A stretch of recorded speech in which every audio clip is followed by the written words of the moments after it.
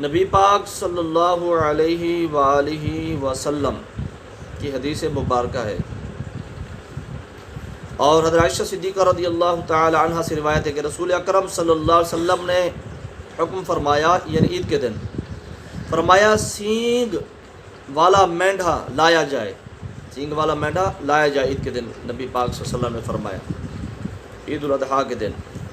جو سیاہی میں چلتا ہو اور سیاہی میں بیٹھتا ہو اور سیاہی میں نظر کرتا ہو، یعنی اس کے پاؤں سیاہ ہو اور پیٹ سیاہ ہو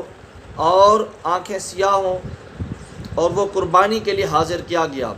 یعنی ایسا جانور نبی پاک صلی اللہ علیہ وسلم جیسا فرمایا تھا وہ مینڈھا نبی پاک صلی اللہ علیہ وسلم کے پاس قربانی کے لیے حاضر کیا گیا، تو حضور اکرم صلی اللہ علیہ وسلم نے فرمایا اے عائشہ چھری لاؤ،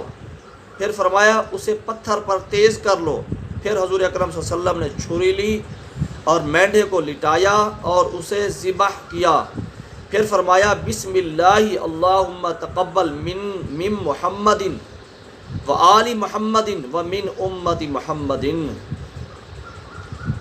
الہی، اس کا ترجمہ بتا رہا ہوں آپ کو، الہی تو اس کو محمد صلی اللہ علیہ وآلہ وسلم کی طرف سے اور ان کی آل اور امت کی طرف سے قبول فرما۔ نبی پاک صلی اللہ علیہ وسلم نے یہ قربانی کی اور نبی پاک صلی اللہ علیہ وسلم نے دعا کی کہ اے باری تعالیٰ اس قربانی کو حضرت محمد صلی اللہ علیہ وسلم نے فرمایا اپنے لیے فرمایا محمد صلی اللہ علیہ وسلم کی طرف سے اور نبی پاک صلی اللہ علیہ وسلم کی آل کی طرف سے اور حضور اکرم صلی اللہ علیہ وآلہ وسلم کی امت کی طرف سے اللہ تبارک و تعالیٰ کے بارگاہ میں دعا کی یا اللہ تو قبول فرما۔ تو اس حدیث میں دیکھیں آپ نے ایک تو یہ کیا کہ نبی پاک صلی اللہ علیہ وسلم نے قربانی جب کی ذبح کرنے سے پہلے کیا آپ نے کیا چھری تیز فرمائی، آپ نے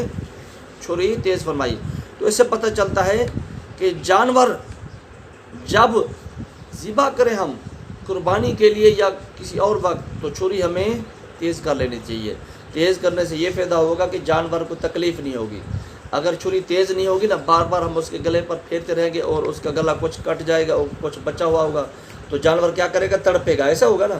لیکن چھری اگر تیز ہوگی تو کیا ہوگا، جیسے ہی ہم اس کے گلے پر چھری رکھیں گے تو فوراً جو ہے چھری اس کے گلے کو کاٹ دے گی اور اس سے کیا ہوگا، وہ فوراً ذبح ہو جائے گا اور فوراً اس کی سانس نکل جائے گی، جان نکل جائے گی، تو اس سے کیا ہوگا کہ جانور کو تکلیف کم ہوگی۔